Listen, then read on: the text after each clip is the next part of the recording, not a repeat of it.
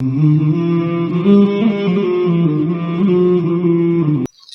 بعد أعوذ بالله من الشيطان الرجيم بسم الله الرحمن الرحيم واعبدوا الله ولا تشركوا به شيئا وبالوالدين إحسانا وقال الله تعالى في مقام آخر قل تعالوا أتل ما حرم ربكم عليكم ألا تشركوا به شيئا وبالوالدين إحسانا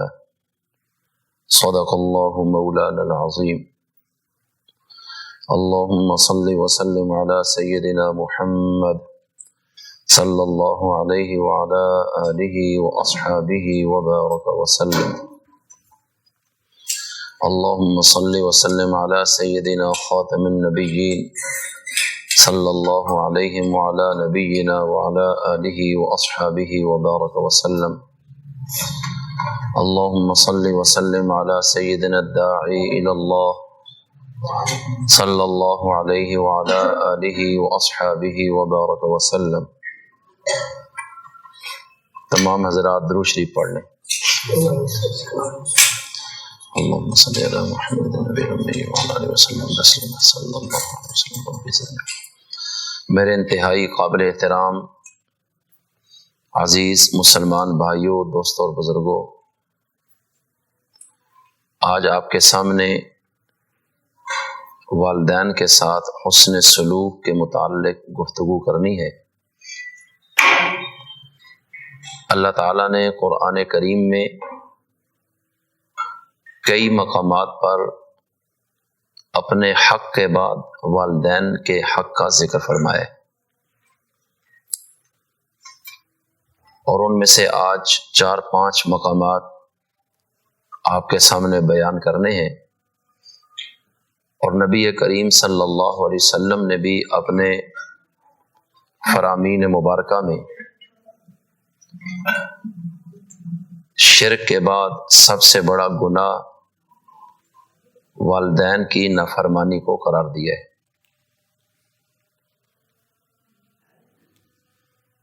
اللہ تعالیٰ نے پارہ نمبر 5 میں سورۃ النساء کی آیت نمبر 36 میں ارشاد فرمایا، وَاعْبُدُوا اللَّهَ وَلَا تُشْرِكُوا بِهِ شَيْئًا، اور تم سب اللہ کی عبادت کرو اور اس کے ساتھ کسی کو شریک نہ کرو، اور والدین کے ساتھ حسن سلوک کرو۔ اس آیت کریمہ میں انسانوں میں سب سے پہلے والدین کے حقوق کا ذکر کیا گیا، اس کے بعد رشتہ داروں، یتیموں، مسکینوں اور پڑوسیوں اور مسافروں کے حقوق کا بھی ذکر کیا گیا۔ لیکن اللہ کے بعد تمام انسانوں میں سب سے زیادہ حق اللہ تعالیٰ نے ماں اور باپ کا رکھا ہے۔ پارہ نمبر 8 میں سورۃ الانعام کی آیت نمبر 151 میں اللہ تعالیٰ نے ارشاد فرمایا، قل تعالوا اتل ما حرم ربكم عليكم الا تشركوا به شيئا وبالوالدين احسانا۔ آپ کہہ دیجئے کہ آؤ میں تمہیں وہ چیزیں یا وہ باتیں بتاتا ہوں اور وہ چیزیں پڑھ کر سناتا ہوں جو تمہارے رب نے حرام کر دی۔ ان میں سے پہلی چیز کہ اللہ کے ساتھ شرک نہیں کرنا، کسی کو بھی اللہ کے ساتھ اللہ کی ذات اور خاص صفات میں شریک نہیں ٹھہرانا۔ یہ پہلی چیز ہے جو اللہ تعالیٰ نے حرام قرار دی ہے۔ وبالوالدین احسانا، اور والدین کے ساتھ اچھا برتاؤ اور نیک سلوک، اس کا حکم اللہ نے دیا ہے۔ گویا کہ اللہ تعالیٰ نے والدین کے ساتھ بد اخلاقی، بد زبانی، لڑائی جھگڑا ان کے ساتھ حسن سلوک نہ کرنا یہ حرام قرار دیا ہے۔ اب اس آیت میں دیگر محرمات کا بھی ذکر ہے کہ اپنی اولادوں کو رزق کے خوف سے قتل نہ کرو، بے حیائی ظاہری ہو یا چھپی ہوئی اس کے قریب نہ جاؤ، کسی کو نہ حق قتل نہ کرو، اور یتیم کے مال کے قریب نہ جاؤ اس کو کھانے کی نیت سے۔ ناپ تول میں انصاف رکھو اور عدل کرو، اگرچہ قریبی رشتہ دار ہی کیوں نہ ہو، اور اللہ کے عہد کو پورا کرو۔ ان تمام چیزوں کا حکم دیا اور ان کی ضد کو حرام قرار دیا۔ تو اس میں بھی آپ دیکھیں یتیم کا بھی ذکر ہے اور انسانی جانوں کے حقوق کا ذکر ہے، لیکن اللہ کے بعد سب سے مقدم ماں باپ کے حقوق کا تذکرہ کیا گیا ہے کہ تمہارے اچھے برتاؤ کے سب سے زیادہ حقدار تمہارے والدین ہیں۔ تو سورۃ النساء میں بھی آپ نے دیکھا کہ اللہ کے حق کے بعد ماں باپ کا حق اللہ نے ذکر کیا، اور پارہ نمبر 8 کے رکوع نمبر 6 میں سورۃ الانعام میں اللہ تعالیٰ نے اپنے حق کے بعد ماں باپ کا حق باقی تمام مخلوقات سے پہلے ذکر کیا۔ اسی طرح پارہ نمبر 15 میں سورۃ الاسراء ہے، جسے سورہ بنی اسرائیل بھی کہا جاتا ہے۔ اس سورہ مبارکہ میں رکوع نمبر 3 کی پہلی آیت ہے، جو کہ سورۃ الاسراء کی آیت نمبر 23 اور 24 ہے۔ اللہ تعالیٰ اس میں ارشاد فرماتے ہیں وَقَضَىٰ رَبُّكَ أَلَّا تَعْبُدُوا إِلَّا إِيَّاهُ، تیرے رب نے فیصلہ کر دیا ہے، حکم دیا ہے کہ اس کے سوا کسی کی عبادت نہ کرو۔ وَبِالْوَالِدَيْنِ إِحْسَانًا، اور تیرے رب نے اس کے بعد دوسرا اس چیز کا حکم دیا ہے کہ ماں باپ کے ساتھ اچھا سلوک کرو۔ إِمَّا يَبْلُغَنَّ عِندَكَ الْكِبَرَ أَحَدُهُمَا، ماں باپ میں سے کوئی ایک بھی آپ کی زندگی میں آپ کے سامنے بڑھاپے کو پہنچ جائے، او کلاہما، یا دونوں ہی بوڑھے ہو جائیں، کیا وہ محتاج بھی ہیں آپ کی خدمت کے، مزاج میں چڑچڑا پن بھی ہوگا، لہذا اس کیفیت میں کہ جب وہ بڑھاپے میں دونوں چلے جائیں یا کوئی ایک، تو اللہ تعالیٰ کے کچھ حکم ہیں جو ہم پر لاگو ہو جاتے ہیں۔ فلا تقل لہما اف، فرمایا ماں باپ دونوں کو اف بھی نہ کہو، یعنی ایسی بات یا ایسا کام جو ذہنی یا روحانی طور پر ان کو تکلیف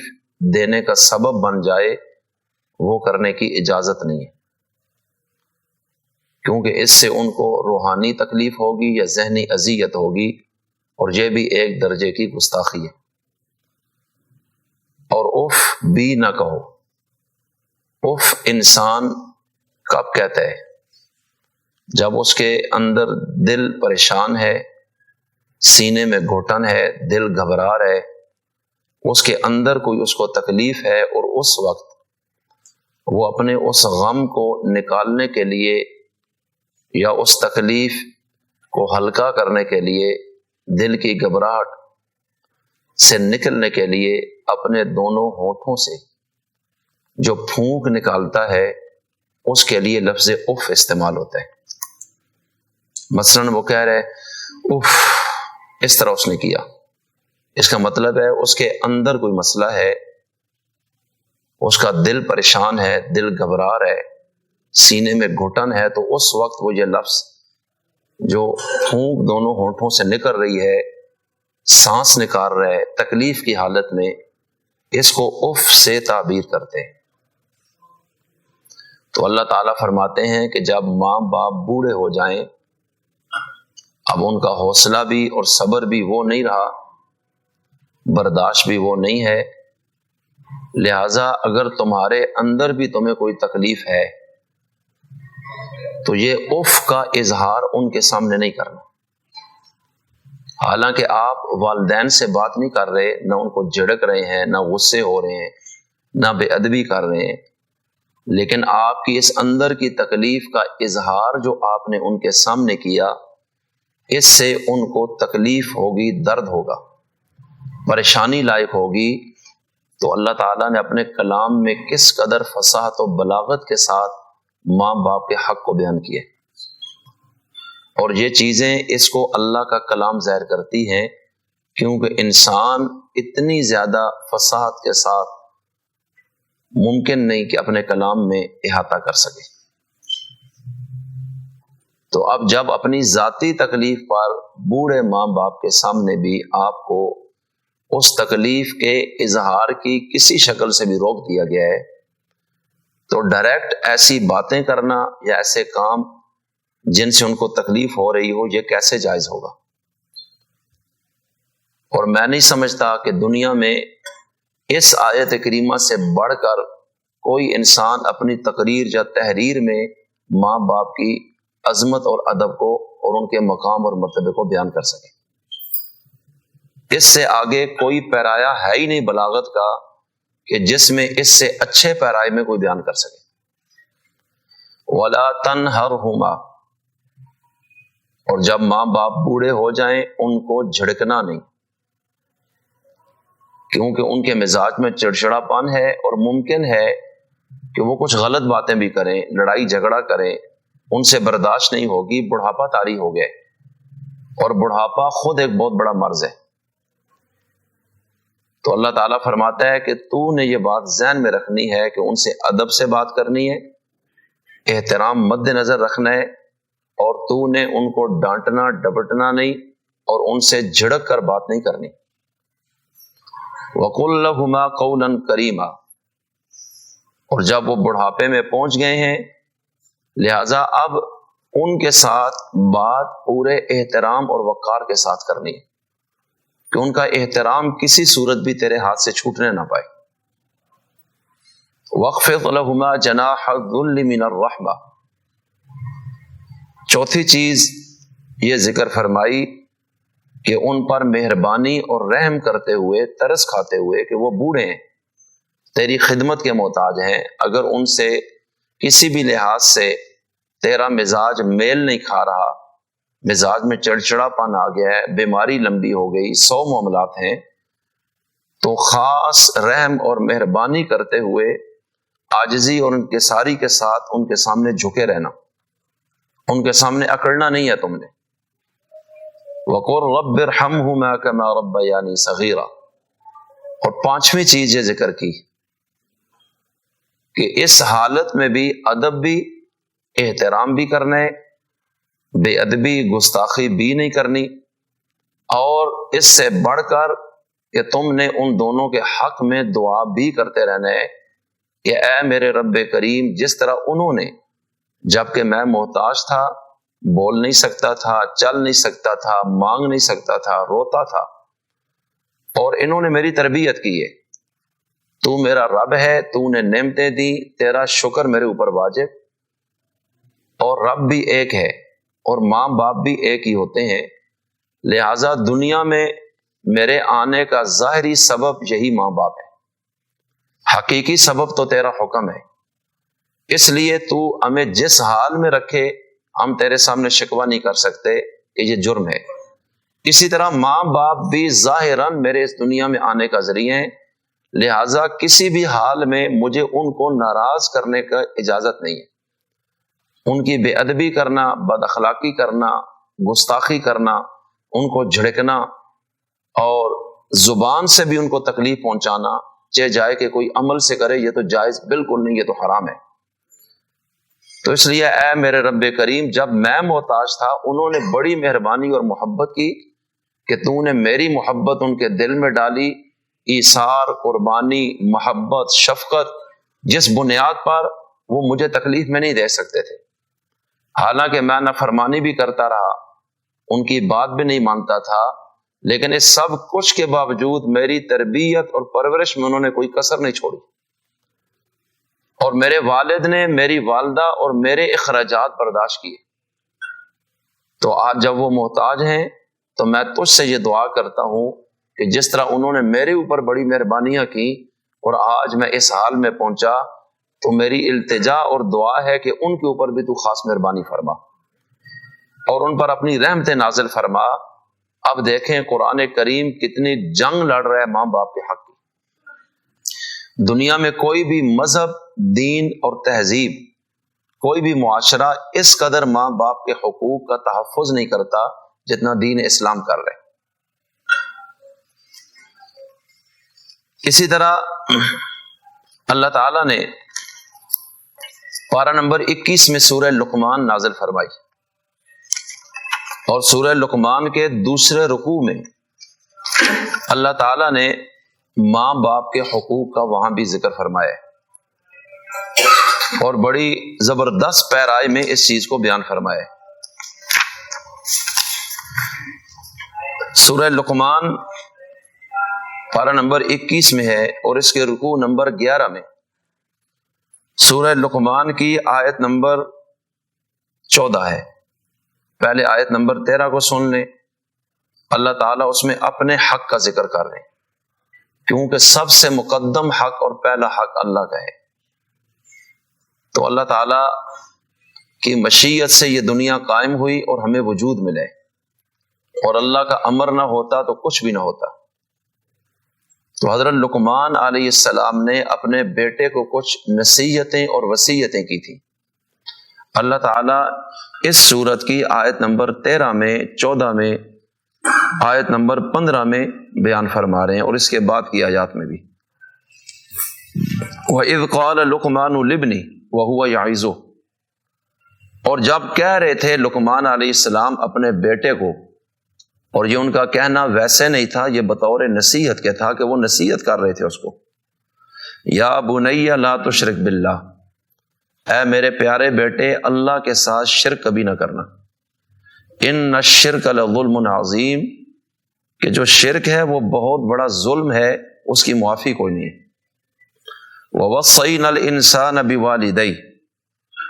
دوسری نصیحت اللہ کے حق کے بعد ماں باپ کے حق کی حضرت لقمان اپنی اولاد کو کر رہے ہیں۔ اللہ تعالیٰ فرماتے ہیں اور ہم نے حکم دی ہے، ہم نے تاکید کی ہے انسان کو، صرف مسلمان کی بات نہیں، انسانوں کی بات ہے کہ ہر انسان پر ماں باپ کا حق ادا کرنا لازم ہے، چاہے وہ کسی بھی مذہب اور ملت کا ہے۔ اللہ فرماتے ہیں کہ ہم نے حکم دیا ہے انسان کو بوالدیہ، اس کے ماں باپ کے بارے میں، حملتہ امہ وہنا علی وہن، اس کو اس کی ماں نے حمل میں اٹھایا ہے دکھ پر دکھ اٹھا کر، وفصالہ فی عامین، اور 2 سال میں اس کا دودھ بھی پھر چھڑایا، یعنی 2 سال اس کو دودھ بھی پلایا اس نے، حمل میں صرف اٹھایا نہیں بلکہ ولادت کی مشقت بھی جھیلی ہے، اور ڈیلیوری کے بعد پھر پھینک نہیں دیا بلکہ اس کو دودھ دیا ہے، اس کی پرورش کی ہے، راتوں کو جاگ جاگ کر اس کے رونے کی وجہ سے اگر پیشاب بھی اس نے کیا تو گیلی جگہ خود سو گئی اور خشک جگہ اس کو سلایا۔ اللہ تعالیٰ فرماتے ہیں کہ بڑے دکھ اور تکلیفیں اٹھائیں، دکھ در دکھ اور تکلیف در تکلیف ماں نے اٹھائی ہے، دودھ پلایا ہے۔ تو اللہ تعالیٰ کیا فرماتے ہیں، انشکر لی ولی والدیک، کہ اب میرا حکم یہ ہے کہ تو میرا شکر ادا کر اور اپنے ماں باپ کا بھی شکر ادا کر۔ الی المصیر، اور یہ بات یاد رکھنا کہ واپس میرے ہی پاس تم نے آنا ہے، میں نے جہاں اپنے حق کے بارے میں تم سے پوچھنا ہے تو ماں باپ کے حق کے بارے میں بھی تم سے پوچھوں گا۔ وَإِن جَاهَدَاكَ عَلَىٰ أَن تُشْرِكَ بِي مَا لَيْسَ لَكَ بِهِ عِلْمٌ فَلَا تُطِعْهُمَا، اب ایک سوال پیدا ہوتا ہے کہ اگر ماں باپ بد عقیدہ ہوں، کافر ہوں، مشرک ہوں، ان کا کوئی اور مذہب ہے دین اسلام سے ہٹ کے، اور اس وقت وہ اپنی اولاد کو مجبور کریں اس بات پہ کہ اللہ کے ساتھ شرک کرو، تو اللہ تعالیٰ فرماتے ہیں کہ یہ بات سن لو کہ اگر ماں باپ دونوں لڑے جھگڑے تیرے ساتھ اس بات پر کہ تو میرے ساتھ کسی کو شریک کر، یعنی ان کا عقیدہ شرکی ہے اور وہ چاہتے ہیں تم بھی اس عقیدے پہ آ جاؤ، جیسا کہ حضرت ابراہیم علیہ السلام کے والد یہی چاہتے تھے، تو اللہ تعالیٰ فرماتے ہیں ما لیس لک بہ علم، جب کہ تجھے علم بھی نہیں ہے، تیرے پاس کوئی دلیل بھی نہیں شرک کرنے کی، تجھے معلوم ہے کہ یہ غلط ہے، اور ماں باپ وہ غلط کام کروانا چاہتے ہیں، ناراض ہو رہے ہیں، لڑائی جھگڑا کرتے ہیں کہ تم یہ کرو جو ہم کہتے ہیں۔ اب اللہ کہتا ہے چونکہ مسئلہ میرے حق کا ہے،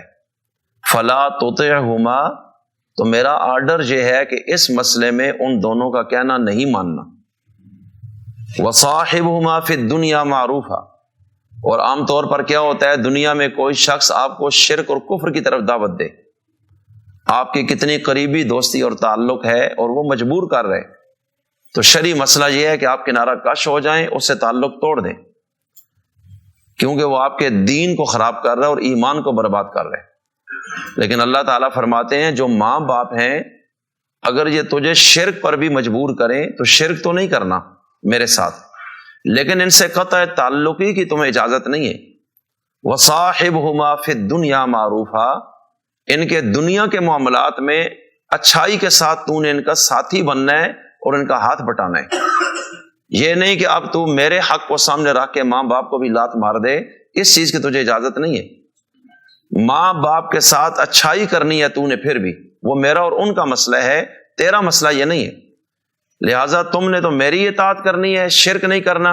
لیکن ماں باپ کے دنیا کے اندر جو معاملات ہیں ان کا خیال رکھنا، ان کے خرچے اخراجات، بیماری میں اور عام معاملات میں، اللہ کہتا ہے وہ ذمہ داری پھر بھی تیرے اوپر ہے۔ وَاتَّبِعْ سَبِيلَ مَنْ أَنَابَ إِلَيَّ، اور ان ماں باپ دونوں میں سے جو میری طرف رجوع کرتا ہے، میرے آگے جھکتا ہے اور میری ہی تابعداری کرتا ہے، اس کی تو پیروی کر، یعنی اس کے پیچھے چلنا ہے دین کے مسئلے میں بھی، اور اگر ان کا دین الگ ہے تو پھر دین میں تو ان کی پیروی نہیں کرنی، لیکن دنیا کے معاملات میں ان کا ساتھ پھر بھی تو نے دینا ہے۔ ثم الی مرجعکم، پھر تم سب نے واپس میرے پاس آنا ہے۔ گویا کہ اللہ بتا رہا ہے کہ اگر یہ گڑبڑ کی تو واپسی میری دربار اور عدالت میں ہے۔ فَأُنَبِّئُكُم بِمَا كُنتُمْ تَعْمَلُونَ، تو پھر میں تمہیں باخبر کر دوں گا ان اعمال کے بارے میں جو تم کرتے تھے، جو کرتوت تم نے کیے اچھے یا برے، تو پھر اس کا صلہ میں نے دینا ہے اور وہاں آ کے تمہارے لیے مسائل کھڑے ہو جائیں گے۔ اللہ تعالیٰ ماں اور باپ کے حقوق ہمیں ادا کرنے کی اور پہچاننے کی توفیق عطا فرمائے۔ اسی طرح اللہ تعالیٰ نے قرآن کریم کے پارہ نمبر 26 میں سورہ احقاف ہے، یہ 26ویں پارے کی پہلی سورت ہے، اس میں بھی اللہ تعالیٰ نے باقاعدہ طور پر ماں باپ کے حقوق کا ذکر فرمایا ہے۔ آیت نمبر 15 میں وَوَصَّيْنَا الْإِنسَانَ بِوَالِدَيْهِ إِحْسَانًا، اور ہم نے حکم دیا ہے انسان کو اپنے والدین کے ساتھ نیکی اور اچھائی کرنے کا۔ اس میں دوسری صورت ہے ہی نہیں کہ کسی صورت میں ماں باپ کی گستاخی کی جائے، کوئی دوسرا آپشن نہیں ہے، اور ان سے قطع تعلقی کر دی جائے بالکلیہ دین کو بنیاد بنا کر، اللہ کہتا ہے اس کی گنجائش ہی نہیں۔ حملتہ امہ کرہا، اس کی ماں نے اس کو پیٹ میں اٹھایا بڑی تکلیف کے ساتھ، ووضعتہ کرہا، اور اس کو جنا بھی بڑی مشقت اور تکلیف میں، وحملہ وفصالہ 30 شہرا، اور اس کو جو پیٹ میں اٹھایا اور جو دودھ پلایا تقریباً 30 مہینے تک وہ اس سخت تکلیف میں رہی اس کی وجہ سے، حتی اذا بلغ اشدہ، اور اس وقت تک وہ اس کی تربیت اور نگرانی کرتے رہے جب تک یہ سمجھداری اور جوانی کی عمر کو نہیں پہنچ گیا۔ وبلغ 40 سنہ، اور 40 سال کا پھر یہ ہو گیا اور ماں باپ بوڑھے ہو گئے۔ اللہ کہتے ہیں اب میں تجھے یہ کہہ رہا ہوں کہ اب تو نے ان کے لیے میری بارگاہ میں کیا دعا کرنی، رب اوزعنی ان اشکر نعمتک التی انعمت علی، اے میرے رب مجھے توفیق دے اس بات کی کہ میں تیری ان نعمتوں کا شکریہ ادا کروں جو تو نے مجھ پر کیے، وعلی والدیہ، اور جو نعمتیں اور انعامات احسانات میرے ماں باپ پر تو نے کیے مجھے توفیق دے کہ میں وہ بھی شکریہ ادا کروں، وَأَنْ أَعْمَلَ صَالِحًا تَرْضَىٰ، اور مجھے اس بات کی توفیق دے کہ میں اچھے عمل کروں جو تجھے پسند ہوں، وَأَصْلِحْ لِي فِي ذُرِّيَّتِي، اور اصلاح کر سنوار دے میرے لیے میری اولاد کو کہ وہ بھی میرے لیے کسی امتحان کا ذریعہ نہ بنے، انی تبت الیک، اور جو کمیاں کوتاہیاں ہو گئیں میں تیرے دربار میں توبہ کرتا ہوں، وانی من المسلمین، اور میں فرما برداروں میں سے ہوں، جو تو نے آرڈر دیا میں اس کی تابعداری کروں گا۔ اللہ تعالی ہمیں اپنے حکموں کو ماننے کی توفیق عطا فرمائے۔ یہ قرآن کریم کی سورۃ النساء، سورۃ الانعام، سورہ اسراء اور سورہ احقاف کی یہ آیات ان مقامات سے میں نے آپ کے سامنے پیش کی ہیں۔ اب اس میں آپ دیکھ لیں کہ والدین کے متعلق بحیثیت مسلمان کے ہمارے اوپر کیا ذمہ داری عائد ہوتی ہے، اور آج معاشرے میں کتنے لوگ ہیں جو 100% والدین کے حق میں ٹھیک ہیں۔ بہت سارے کے والدین ہمارے پاس آتے ہیں بڑھاپے میں، رو رہے ہوتے ہیں کہ بچہ نافرمان ہے، گالیاں دیتا ہے، نشہ کرتا ہے، اور وہ بیچارے بڑھاپے میں بھی دھکے کھا رہے ہوتے ہیں۔ اور ایسی کیفیت میں اگر اس نے شادی کر لی اور بسا اوقات بیوی بچوں کو لے کے بھاگ گیا اور ان کو پوچھنا بھی چھوڑ دیا، تو اسلام اس چیز کو قطعاً برداشت نہیں کرتا۔ اسلامی معاشرے میں اس چیز کی گنجائش ہی نہیں ہے۔ البتہ جو مغربی معاشرے ہیں غیر مسلموں کے، وہاں وہ ایک حد تک تو یہ کرتے ہیں، لیکن اس کے بعد ماں باپ کو جا کر اولڈ ہاؤس میں چھوڑ آتے ہیں کہ اب وہ گورنمنٹ سنبھالے گی، مہینے بعد ہفتے بعد ہم جا کے ایک دفعہ دے آئیں گے، کبھی پھولوں کا تحفہ اور کبھی چاکلیٹیں جا کے دے دیں، اور وہ یہ سمجھتے ہیں کہ ہم ماں باپ کا بڑا خیال رکھ رہے ہیں۔ اب ان کو پتہ ہی نہیں وہ بیچارے کس طرح زندگی گزار رہے ہیں۔ اسلام نے تو اس چیز کو حرام قرار دیا ہے۔ اسلامی معاشرے میں جو شخص جتنا بوڑھا ہوتا ہے اس کا اتنا ہی وزن ہوتا ہے، اور پورے خاندان پر اس کے فیصلے بھی چلتے ہیں۔ اسلام نے یہ اعزاز ان کو دیا ہے، اور اسلام سے ہٹ کر دنیا کے کسی معاشرے میں اتنی عزت ماں باپ کو دی نہیں گئی جتنی اسلام میں دی گئی۔ تو مسلمانوں پر جہاں اللہ کے بہت زیادہ کرم ہے، آپ یہ چیز سوچیں کہ آج آپ اولاد ہیں، اور کل ایک وقت آئے گا کہ آپ کی اولاد جوان اور آپ کہاں کھڑے ہوں گے۔ اس وقت آپ کو اندازہ ہوگا کہ قرآن کریم نے کس طرح آپ کے حقوق کو بیان کیا۔ اور اب آپ کی اولاد اگر آپ کی تابع دار بنتی ہے تو وہ صرف انہی پیغامات کو سن کر اور ان سے متاثر ہو کر ہی بنے گی، ورنہ اگر قرآن کریم سے تعلق اولاد کا نہ جوڑا جائے، ماں باپ بھی قرآن سے دور ہوں، تو وہ اولاد مستقبل میں ماں باپ کی کتنی فرما بردار ہوگی یہ اندازہ آپ خود لگا لیں۔ اس لیے میں عرض یہ کرنا چاہتا ہوں کہ ہمیں قرآن کریم پڑھنا چاہیے اور اولادوں کو دین سکھانا چاہیے، اور یہ آپ کی آخرت تو بہتر ہوگی لیکن آنے والی دنیا بھی تب بہتر ہوگی، ورنہ آنے والی جو اگلے وقت میں دنیا ہے وہ بہت تنگ اور خراب ہو جائے گی آپ کی بھی، اگر آج آپ اپنی اولاد، بیٹوں بیٹیوں، پوتوں پوتیوں کو دین اور قرآن اور مسجد کے ماحول میں نہیں لائیں گے۔ اور یہ ذمہ داری آج آپ پر عائد ہوتی ہے کہ آپ ان کو اللہ کا حق دکھائیں اور بتائیں۔ اس لیے فرمایا جب بچہ 7 سال کا ہو تو اس کو نماز کا کہیں کہ پڑھو، اور اس طرح وہ ایک سیدھے راستے پر کھڑا ہو گیا، اور وہ ایک صدقہ جاریہ آپ کے لیے آخرت کے لحاظ سے بن گیا۔ تو اسلام تو حقوق سکھاتا بھی ہے، بتاتا بھی ہے، اور ذمہ داری ڈالتا ہے۔ حالانکہ جب بندہ مسلمان بالغ ہو جائے تو پھر اللہ کے فرض عائد ہوتے ہیں، اور 10 سال کا تو ابھی بالغ بھی نہیں ہوا، 7 سال کا تو بالکل ہی نابالغ ہے، لیکن اللہ کہتا ہے اس وقت سے میرے حق کی طرف متوجہ کرو۔ اور جب وہ نماز پڑھے گا، 10 سال کی عمر میں نمازی بن گیا، 7 سال سے کہنا شروع کیا، تو 12-14 سال کی عمر میں جب بالغ ہوگا تو اس کی ایک نماز بھی قضا نہیں ہوگی، وہ پہلے سے اس رستے پر کھڑا ہے۔ اس کا مطلب یہ ہے کہ یہ دیندار ہے، یہ مسجد میں جا رہا ہے، یہ قرآن سے جڑا ہوا ہے، یہ اسلام سے جڑ گیا ہے، اب یہ آپ کے حق میں بھی کبھی کوتاہی نہیں کرے گا۔ اور نبی کریم علیہ السلام نے اس ماحول اور معاشرے میں ماں باپ کے حق کی باقاعدہ جنگ لڑی ہے، یہ بات ذہن میں رکھیں۔ ایک حدیث میں آتا ہے کہ ایک شخص آیا نبی کریم علیہ السلام کے سامنے، شکایتیں اس نے لگائی، بلکہ اپنے والد کا بھی خرچہ اس نے بند کیا کہ یہ جو کچھ ہے میرا ہے اور آپ ایسے ہی بغیر پوچھے استعمال کرتے ہیں۔ نبی کریم علیہ السلام کی بارگاہ میں آ کے اس نے شکایتیں لگائیں کہ یہ پیسہ ضائع کرتے ہیں، کمائی ساری میری ہے،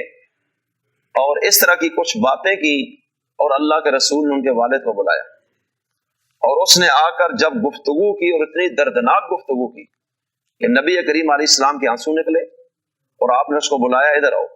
اور آپ نے اس کا گریبان پکڑا، حالانکہ حضور رحمت اللہ للعالمین تھے، اور آپ نے اس کا گریبان پکڑ کے یوں زور سے جھٹکا دیا اس کو، اور آپ نے فرمایا انت و مالک لابیک، تو بھی اپنے باپ کا ہے اور تیرا مال بھی تیرے باپ کا ہے، اور تو کبھی بھی باپ کی شکایت دے کر دوبارہ میرے دربار میں نہ آنا، نکل جاؤ میرے دربار سے۔ اس لیے والد نے کیا بولا کہ آج تو یہ اتنا کچھ بول رہے، اپنا حق اس کو یاد آیا ہے، لیکن میں نے بھی اپنی جوانی اس پر لگائی، اور جس طرح میں نے زندگی گزاری اس کے حقوق کے لیے، آج وہ یہ سب کچھ بھول گئے، اور آج جب میں بوڑھا ہو گیا، میری بیوی بوڑھی ہو گئی، اور آج یہ کہتے ہیں میرا مال ہے، میرا پیسہ ہے، میری چلاکی، میری صلاحیت۔ خیر اتنے دردناک انداز میں اس نے اشعار پڑھے اللہ کے رسول کی بارگاہ میں کہ صحابہ کرام رونے لگ گئے، اور اللہ کے رسول نے اس کا مقدمہ ہی خارج کر دیا جو باپ کے خلاف تھا، کہ اس میں یہ سننے کی بات بھی نہیں ہے کہ تو ٹھیک ہے یا وہ، جب بھی بیٹا آئے گا باپ کے خلاف بس وہ غلط ہوگا، فرمایا نکل جاؤ ادھر سے، اور آج کے بعد میں کبھی بھی کوئی شکایت اپنے والد کے حوالے سے مت سنوں۔ اسی طرح بخاری اور مسلم کے اندر ایک حدیث ہے، حضرت عبداللہ بن مسعود رضی اللہ تعالی عنہ صحابی رسول ہیں اور بہت بڑے فقیہ صحابی ہیں، وہ یہ بیان کرتے ہیں کہ نبی کریم علیہ السلام سے میں نے پوچھا ای العمل احب الی اللہ عز وجل، کہ اللہ کے نزدیک اللہ کو سب سے زیادہ کون سا عمل پسند ہے، جو عمل سب سے زیادہ اللہ کو پسند ہے وہ بتائیں۔ نبی کریم علیہ السلام نے فرمایا الصلاۃ علی وقتہا، نماز اپنے وقت پر ادا کرنا یہ اللہ کو بہت پسند ہے، کہ جب ٹائم ہو جائے تو نماز ادا کرو، اس کو لیٹ نہ کرو۔ ان الصلاۃ کانت علی المؤمنین کتابا موقوتا، قرآن کریم میں ہے کہ نمازیں اپنے وقتوں پر فرض کی گئی، تو اللہ کے رسول علیہ السلام نے فرمایا حضرت عبداللہ بن مسعود کے سوال کے جواب میں الصلاۃ علی وقتہا، نماز اپنے وقت پر پڑھنا یہ عمل اللہ کو بہت پسند ہے۔ انہوں نے پوچھا اس کے بعد اور اللہ کو کیا پسند ہے؟ فرمایا ثم بر الوالدین، پھر ماں باپ کے ساتھ حسن سلوک اور اچھائی کرنا یہ اللہ کو بہت پسند ہے۔ انہوں نے پوچھا اس کے بعد کون سا عمل اللہ کو زیادہ پسند ہے؟ نبی کریم علیہ السلام نے فرمایا الجہاد فی سبیل اللہ، اللہ کے راستے میں جہاد کرنا، اس کے بعد اللہ کو یہ عمل بہت پسند ہے۔ آپ دیکھیں جہاد کتنا بڑا عمل ہے، انسان جان بھی دے رہا ہے، مال بھی دے رہا ہے، علاقہ بھی چھوڑ رہا ہے، وقت بھی دے رہا ہے، ساری قربانیاں اکٹھی ہو گئیں، لیکن اللہ کے رسول نے اس حدیث مبارکہ میں اس سے بھی افضل عمل ماں باپ کی خدمت کو قرار دیا۔ ایک اور صحابی ہیں عبداللہ بن عمر رضی اللہ تعالیٰ عنہ، وہ یہ روایت بیان کر رہے ہیں اور یہ بھی بخاری اور مسلم کے اندر ہے۔ عبداللہ بن عمر رضی اللہ تعالیٰ عنہ کہتے ہیں کہ نبی کریم علیہ السلام کے پاس ایک شخص آیا اور اس میں جہاد میں جانے کی اجازت مانگ رہے کہ آپ مجھے اجازت دیں کہ میں جہاد پہ جاؤں آپ کے ساتھ۔ آپ صلی اللہ علیہ وسلم نے اسے ایک سوال کیا لَکَ أَبَوَانِ، کیا تیرے ماں باپ ہیں؟ اس نے کہا یا رسول اللہ بالکل ہیں۔ آپ نے فرمایا فَفِيهِمَا فَجَاهِدْ، پھر جاؤ واپس ان کی خدمت کرو، یہ جہاد ہے تمہارے لیے، جا کے خدمت کرو۔ اور آپ ممکن ہے جانتے ہو کہ ماں باپ بوڑھے ہیں اور یہ ادھر بھاگ رہے، ادھر ہم ہیں، اس کو ادھر جانا چاہیے۔ تو اس سے آپ اندازہ لگا لیں کہ یہ اللہ اور اس کے رسول کے نزدیک کتنا بڑا مرتبہ ہے ماں باپ کا۔ حضرت مالک بن دینار رحمت اللہ علیہ بیت اللہ کا طواف کر رہے تھے اور ایک شخص بہت رو رہے، اتنا رو رہے کہ اس کو لوگ بھی دیکھ کے آنسو نکل رہے ہیں لوگوں کے، کہ اللہ جانتا ہے اس نے کیا کیا ہے کہ بیت اللہ میں بھی آ کے اس کی معافی نہیں ہو رہی، اور وہ خانہ کعبہ کا غلاف پکڑ کے کہتا ہے یا اللہ تو مجھے معاف کر، لیکن مجھے پتہ ہے تو مجھے معاف کرے گا نہیں۔ اب وہ یوں ہی کہہ رہے، مانگ بھی رہے اور نا امید بھی ہے، اور جو لوگ اس کا رونا دھونا دیکھ رہے ہیں ان لوگوں کی آنکھوں میں بھی آنسو آ رہے ہیں کہ پتہ نہیں اس نے جرم کیا کیا ہے حضرت مالک بن دینار رحمۃ اللہ علیہ اس کے پاس آئے، طواف کے چکر لگا کر کہنے لگے کیا ہوا ہے تمہیں؟ اللہ کے گھر میں آئے اور اتنے نا امید ہو گئے ہو، تم نے اگر شرک بھی کیا ہے نا تو وہ بھی معاف ہو جائے گا۔ اس نے کہا میں نے اس سے بھی بڑا جرم کر لیا۔ کہا کیا کیا تو نے؟ اس نے کہا کہ مجھے پتا نہیں تھا، جذبات میں نے اپنے والد کو تھپڑ مارا ہے اور اللہ تعالیٰ نے اسی لمحے مجھے پکڑ لیا اور میرا یہ بازو شل ہو گیا ہے، اب یہ لکڑ بن گئی ہے، اس میں جان کوئی نہیں، یہ لکڑ ہے اس وقت، ہاتھ تو اسی وقت اللہ نے گرفت میں لے لیا۔ تو میں اس لیے آ کے ادھر رو رہا ہوں کہ یا اللہ مجھے بخش، لیکن مجھے لگتا یہ ہے کہ تو مجھے معاف نہیں کرے گا۔ اور ایک حدیث میں آتا ہے کہ اللہ کی ناراضگی والد کی ناراضگی میں ہے اور اللہ کی رضا والد کی رضا میں، اس لیے اس چیز کو ذہن میں رکھنا چاہیے۔ بہت سارے لوگ ظاہراً دیندار ہیں، نمازی، پرہیزگار، اعتکاف والے، صدقہ خیرات والے، لیکن ان کے ماں باپ ان سے ناراض ہیں، تو ان کی یہ نیکیاں اللہ کی برگاہ میں نہیں جائیں گی، یہ بات یاد رکھیں۔ حضرت اویس قرنی رحمت اللہ علیہ صحابی بننا چاہتے تھے، اللہ کے رسول کا دیدار کرنا چاہتے تھے،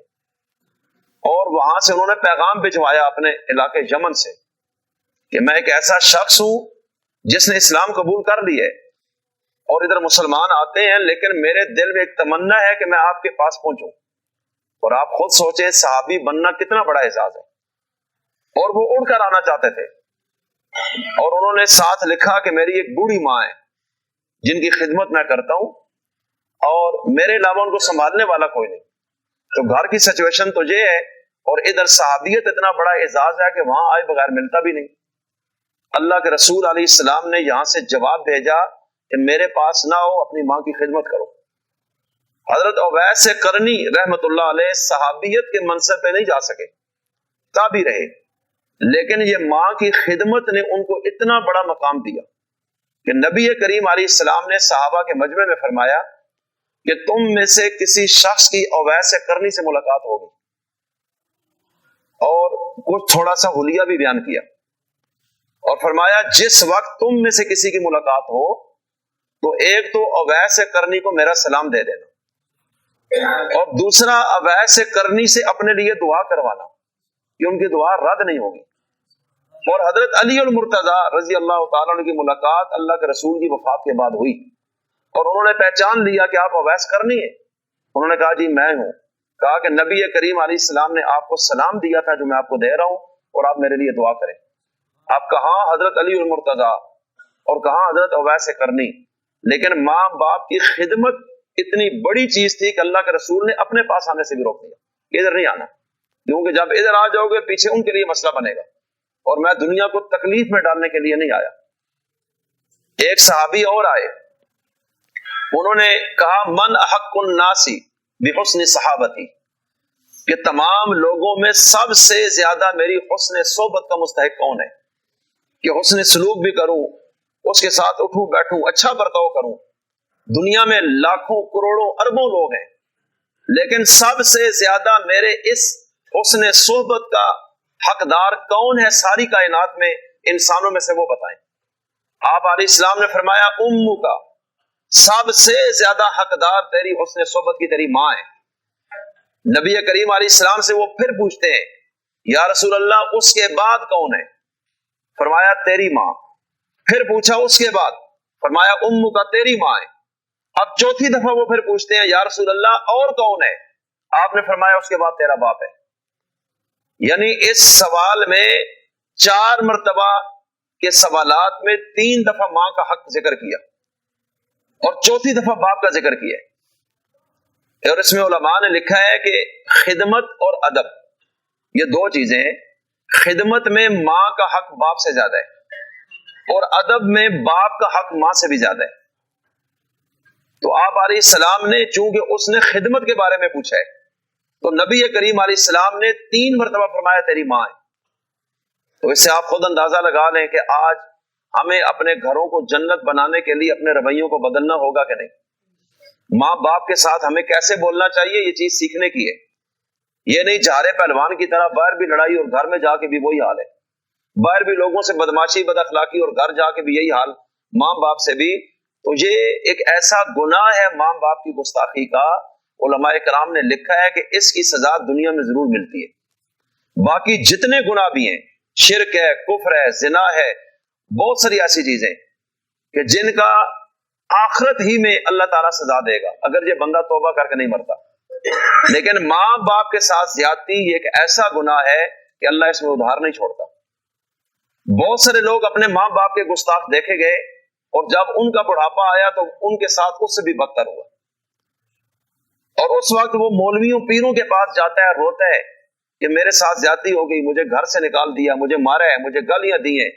اب میں در بدار ہوں، مجھے کوئی تعویذ دیں، وظیفہ دیں۔ لیکن اگر ذرا 20-25 سال پیچھے چلے جائیں اور جب اس کی زندگی کو دیکھیں تو پھر سمجھ آئے گی کہ اس نے اپنے ماں باپ کے ساتھ کیا کیا۔ اس لیے آج میں عرض کرتا ہوں، اگر آپ چاہتے ہیں کہ آپ کا بڑھاپا اور مرنے سے پہلے والی زندگی آپ کی عزت اور احترام والی ہو اور اس میں اطمینان اور سکون ہو، تو آج آپ اپنے والدین کے ساتھ صحیح ہو جائیں۔ انشاءاللہ العزیز آپ دیکھیں گے کہ اللہ آپ کی دنیا کو بہت اچھا بنا دے گا، اس لیے کہ وہ بے لوث ہیں اور ان کی دعائیں ہر وقت آپ کے لیے نکلتی ہیں اور وہ دعا ضائع نہیں ہوتی۔ اور اگر خدا نہ خواستہ کوئی بندہ ایسا ہے کہ جس نے آج تقریر سنی اور ماں باپ تو مر گئے اور وہ سوچتا ہے کہ میں تو حق نہیں ادا کر سکا، یہ تو بڑا مسئلہ بن گیا، اب میں کیا کروں؟ تو اللہ کے رسول نے اس کا بھی طریقہ بتایا، فرمایا اس شخص کو چاہیے ایک تو ان کے لیے دعا کرتا رہے، پکی جب بھی دعا کرے ان کے لیے کرے۔ مجھے ایک حدیث بھی یاد آ گئی، نبی کریم علیہ السلام کا ایک فرمان ہے، جو شخص یہ چاہتا ہے کہ اس کا رزق، اس کی عمر اور عزت زیادہ ہو جائے، اس کا رزق زیادہ ہو جائے، اس کی عمر لمبی ہو جائے اور اس کو عزت زیادہ ملے، تو وہ یوں کہا کرے رب ارحمہما کما ربیانی صغیرا۔ فرمایا اللہ یہ تینوں چیزیں اس کو عطا کر دے گا۔ اب دعا ماں باپ کے لیے کر رہے اور اللہ تعالیٰ یہ تینوں چیزیں اس کے اوپر کھول رہے اور اس کی یہ دنیا اچھی ہو رہی ہے، اچھے سے اچھی ہو جائے گی۔ ایک شخص روزانہ 1000 نوافل پڑھتا ہے اور ایک ماں باپ کی خدمت کرتا ہے تو یہ خدمت والا اس سے آگے کھڑا ہے۔ اس لیے میں عرض یہ کرنا چاہتا ہوں کہ ان چیزوں کو ذہن میں رکھنا چاہیے، اور ماں باپ اگر دنیا سے چلے گئے اور یہ حق ادا نہیں کر سکا، اگر ہیں تو خدمت کرے، آج سے ان کو راضی کر لے اور ہر طرح ان کو دبائے، مٹھی چاپی کرے، ان کا خیال رکھے، اچھے طریقے سے ان سے بولے، ان کے دل میں آپ کے لیے محبت پیدا اور خوشی ہو، انشاءاللہ وہ جو دعا ہے وہ 1000 ولیوں کی دعا سے بھی آگے چلی جائے گی۔ یہ میں آپ کو جو بتا رہا ہوں یہ باتیں ذہن میں رکھ لیں۔ اور دوسری بات یہ عرض کرنی ہے کہ اگر وہ دنیا سے چلے گئے تو ایک تو مستقل ان کے لیے دعا کرے، دعا کبھی بھی نہ چھوڑے، جب بھی نماز پڑھے ان کے لیے دعا کرے، ویسے بھی کرے، اپنے لیے مانگے تو پہلے ان کے لیے مانگے، دنیا والوں کے لیے مانگے، انسانوں کے لیے تو ان کو ساتھ شامل کرے دعا میں۔ ایک تو یہ جب اس کی مسلسل دعا جائے گی اور اصال ثواب اس کی طرف سے، تو وہ وہاں اللہ ان کو خوش کر دے گا، اس سے قیامت کے دن یہ سرخرو ہو جائے گا۔ اور دوسری بات، ماں باپ کے جو تعلق والے دوست احباب ہیں، والدہ کی سہیلیاں اور والد کے دوست جن کا بہت تعلق تھا ان کے ساتھ اور اس کو معلوم ہے، تو یہ ان کے ساتھ اس نے سلوک کرے، والد کے دوستوں سے تعلق خود رکھے، وقتاً فقتاً جائے، ان سے حال پوچھے، ان کا خیال رکھے، والدہ جن سے محبت کرتی تھی ان سے بھی تعلق رکھے۔ تو نبی کریم علیہ السلام نے فرمایا اس کی برکت سے اللہ تعالیٰ جو والدین کی نافرمانی کا معاملہ اس سے ہوا ہے، اللہ تعالیٰ اس کے کھاتے سے ختم کر کے قیامت میں اس کو سرخرو فرما دے گا۔ حضرت خدیجہ رضی اللہ تعالیٰ نبی علیہ السلام کی بیوی تھی، اور آپ تو ان حقوق میں اتنا آگے تھے کہ والدین سے ہٹ کے ان تعلقات میں بھی آپ نے ان چیزوں کو ہمیشہ نبھایا ہے کہ حضرت خدیجہ نے اللہ کے رسول پہ مال فدا کیا، جان فدا کی، اپنا سب کچھ نکاح کے ساتھ ہی اللہ کے رسول کے ہینڈ اوور کر دیا، اور مشکل دور میں رسول اللہ کا ساتھ دیا صلی اللہ علیہ وسلم۔ اور جب ان کا انتقال ہو گیا تو آپ اپنی پوری زندگی حضرت خدیجہ کی سہیلیوں کے ساتھ اس طرح تعلق نبھایا کہ جو چیز بھی گھر میں پکائی، جہاں باقی عزیزوں، بیٹیوں اور رشتہ داروں کو بھیجی، تو آپ فرماتے تھے جاؤ یہ خدیجہ کی فلاں سہیلی کے گھر دے کے آؤ، جاؤ یہ حضرت خدیجہ کے فلاں تعلق والے تھے ان کو دے کے آؤ۔ اور حضرت عائشہ صدیقہ جو حضور کی سب سے لاڈلی بیوی تھی، وہ کہتی ہیں کہ ایک دن میں نے یہ بات غصے میں کہہ دی، عورتوں میں ہوتا ہے بیویوں میں، کہ یا رسول اللہ وہ بوڑھی عورت تھی جو فوت ہو گئی، اور آپ ہر وقت خدیجہ کا ذکر کرتے ہیں اور خدیجہ کی سہیلیوں کا، یہ کیا بنایا ہوا آپ نے؟ تو نبی کریم علیہ السلام نے اس نے فرمایا عائشہ، خدیجہ نے اس وقت میرا ساتھ دیا جب دنیا نے مجھے ٹھکرایا تھا، اور اس کے مال، اس کے وقت، اس کی جان نے اس قدر اسلام کو تقویت دی ہے کہ میں خدیجہ تو دور کی بات ہے، خدیجہ کے تعلق والوں کو بھی کبھی نہیں چھوڑ سکتا۔ اور آپ علیہ السلام نے اپنے اخلاق سے معاشرے کے دلوں کو جیتا ہے۔ ان چیزوں کو ذہن میں رکھیں۔ تو ماں باپ تو ان حقوق میں بیویوں سے بھی آگے کھڑے ہیں جن کا میں ذکر کر رہا ہوں، اس لیے ان کے جو تعلق والے دوست جن کے ساتھ ان کو محبت تھی ان کے ساتھ بھی تعلق رکھنا، کبھی کبھی جانا، پوچھنا، حال احوال، ان کی ضروریات پوری کرنا، یہ بھی ماں باپ کو خوش کر دے گی۔ اللہ سمجھ اور عمل کی توفیق عطا فرمائے۔ وما علینا الا البلاغ المبین۔